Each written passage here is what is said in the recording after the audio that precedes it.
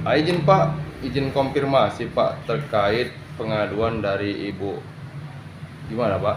Ya, jadi ibu ini, ibu Buru Ginting ini, ibu Bastiana ini, dia datang ke kantor jauh-jauh dari Kabanjahe sana, dari kampung kelahirannya, untuk memberikan kuasanya kepada kita di kantor ini terkait lambannya proses laporan yang sudah beliau sampaikan ke Polda Sumut. Dalam hal ini laporan tentang dugaan malpraktek yang dilakukan oleh Rumah Sakit Murni Teguh tahun 2020. Jadi ibu ini sudah beberapa kali gonta-ganti pengacara. Akhirnya ketemu sama saya, dikenalkan oleh teman kita dari Surabaya, kebetulan saudaranya tulang dari ibu ini kepada kita. Jadi intinya pada tahun 2021 ibu ini pernah mendapat panggilan dari Polda Sumut terkait laporan yang diberikan oleh LSM atau Lembaga Swadaya Masyarakat Laki terhadap persoalan yang dihadapinya. Persoalan itu adalah di tahun 2020 ibu ini mengalami sakit penyakit di seputaran kandungannya, rahimnya. Lalu dari Rumah Sakit Amanda Brastagi, beliau dirujuk ke Rumah Sakit Murni Teguh untuk melakukan operasi pembersihan miom. Karena dari Rumah Sakit Amanda itu diduga ibu ini ada miom di seputaran rahimnya. Lalu dibawa ke Rumah Sakit Murni Teguh. Setelah sampai di Rumah Sakit Murni Teguh, keluarlah surat dari Rumah Sakit Murni Teguh untuk ibu ini dioperasi miom, pengangkatan miom. Jadi setelah itu diangkat miomnya dan dilakukan operasi. Lalu tanpa basa-basi, ibu ini menanyakan ke dokter bagaimana hasil pengangkatannya, seperti apa bentuknya. Tetapi pihak rumah sakit, ini nggak apa-apa, turunkan aja Bu. Pihak rumah sakit tidak bersedia, hanya menyatakan sudahlah, nggak perlu lagi lah itu, yang penting sudah bagus, seperti itu. Tidak lazim, karena ibu ini tidak diberikan apa yang dikerjakan dalam operasi itu, apa bentuk sakitnya itu seperti apa. Lalu karena tidak mendapatkan jawaban yang pas, lalu ibu ini pulang, selesai dalam opname pasca operasi, pulang ke rumah, menunggu 1 bulan, ibu ini mendapati dirinya, tidak menstruasi setelah 1 bulan operasi. Lalu ibu ini mendatangi rumah sakit, langsung bertanya ke Dokter Irwansah Rumah Sakit Murni Teguh. Lalu Dokter Irwansah itu mengatakan bahwa sabar aja, itu akibat operasi, 1 bulan lagi nanti pasti sudah mens, seperti itu. Di bulan kedua pun ibu ini sabar menunggu, datang lagi ke rumah sakit karena tidak mens juga. Lalu dokter itu tetap dalam jawaban yang sama, sabar aja Bu, nanti datang kok itu mensnya, begitu. Dalam perjalanannya menuju 3 bulan lebih, ibu ini sudah curiga karena tidak mens lagi. Lalu beliau pergi ke 3 rumah sakit untuk meminta penjelasan dari rumah sakit tersebut. Pertama dari rumah sakit apa Bu? Eva. Rumah sakit Eva di Medan menunjukkan dari foto USG ini, memang keterangan dokter USG tidak ada lagi rahim itu, tidak ada lagi 2 indung telur itu di dalam tubuh ibu ini. Kemudian tidak puas, ibu ini juga pergi ke Rumah Sakit Mitra Sejati. Juga seperti itu jawabannya, tidak ada lagi indung telur dalam 2 rahimnya. Lalu terakhir ibu ini pergi ke Rumah Sakit Adam Malik di Medan juga, Rumah Sakit Pusat Adam Malik. Jelas di sini dalam gambar dan keterangan dan penyampaian dokter juga kepada ibu bahwa sudah tidak ada lagi rahim. Indung telur yang kiri kanan itu sudah tidak ada lagi.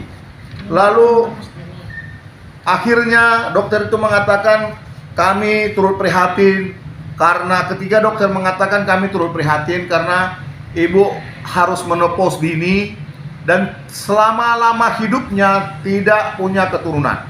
Kami sampaikan bahwa ibu ini masih lajang, masih gadis, belum punya suami, apalagi punya keturunan. Jadi bisa dibayangkan bagaimana keadaan ini. Ketika seorang gadis berumur 38 tahun ini dinyatakan tidak bisa lagi punya anak. Dan bahkan selama-lamanya menopause dini. Belum kita berbicara mengenai akibat ke depannya, kita masih bicara dalam kulit-kulitnya saja. Jadi karena merasa stres, tidak tahu bagaimana, ibu ini dengan membawa ketiga hasil dari rumah sakit berbeda ini kembali ke rumah sakit di Murni Teguh, ketemu sama dokter tersebut, Dokter Irwansyah. Lalu dokter itu mengatakan bagaimana, Bu? Dia mengatakan bahwa itu dia sudah melakukan yang terbaik buat saya.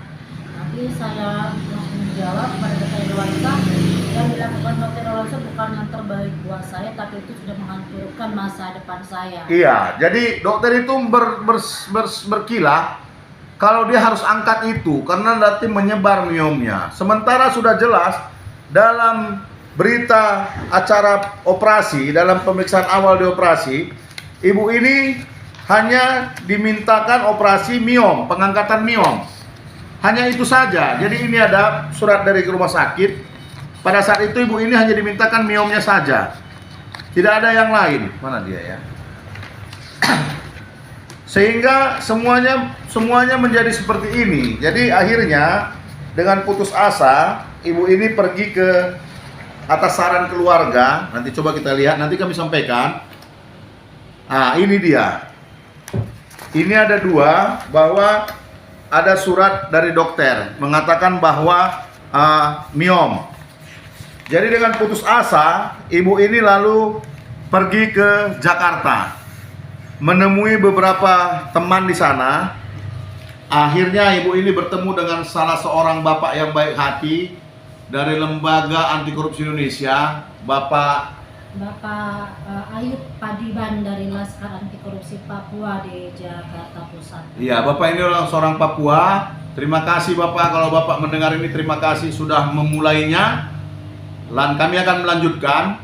Artinya ketika ibu ini melaporkan ke Bapak itu langsung menyurati kemana-mana.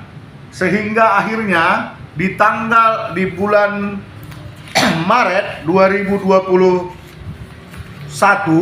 ibu ini dipanggil oleh Dirkrimsus Polda Sumut untuk pemeriksaan wawancara awal terkait dari laporan Bapak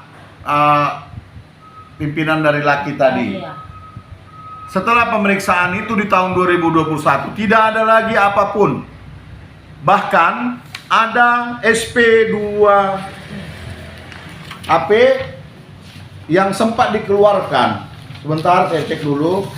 Ada SP2HP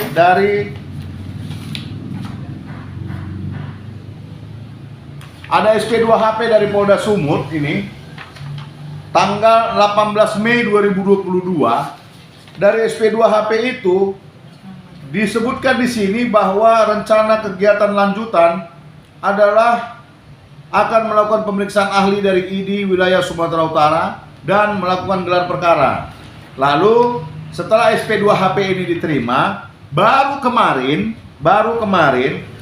tepatnya tanggal 12 September 2022 kemarin, ibu ini menghadiri gelar perkara khusus berdasarkan undangan tanggal 6 September 2022 oleh Dirkrimsus Polda Sumut yang ditandatangani oleh Kompol Azharuddin, ya maksud saya Kompol Azharuddin yang punya koordinasi di sini. Dalam pertemuan tanggal 12 kemarin pada saat gelar perkara hanya meminta keterangan dua belah pihak. Lalu dijanjikan akan ada gelar berikutnya. Jadi di sini kami memohon dengan hormat kepada pihak-pihak yang mengetahui, yang berkewenangan, yang berurusan dengan persoalan ini. Kami mohon dengan hormat demi kepastian hukum dan kelanjutan hidup dari ibu ini, klien kami ini, yang sudah kehilangan 2 indung telur di rahimnya, yang memastikan beliau ini menopause dini seumur hidup dan tidak bisa lagi mempunyai anak kandung dari rahimnya sendiri. Kami mohon dengan hormat bahwa persoalan ini harus segera diselesaikan, harus selesai dituntaskan, karena ini menyangkut hak hidup seorang ibu, seorang wanita yang sama sekali belum berkeluarga, yang belum pernah menikmati memomong anak, merasakan hamil nantinya seumur hidupnya. Apabila tidak ini dilaksanakan, kami akan melaporkan persoalan ini ke Bapak Presiden dan ke Bapak Kapolri. Jadi untuk itu, kepada para pihak yang terkait yang sudah kami sebutkan, termasuk Bang terhormat Kapolda Sumut, Dirkrimsus Sumut, juga untuk rumah sakit, supaya memperhatikan persoalan ini. Dan kami tidak akan tinggal diam untuk persoalan ini. Ada yang mau sampaikan, Bu?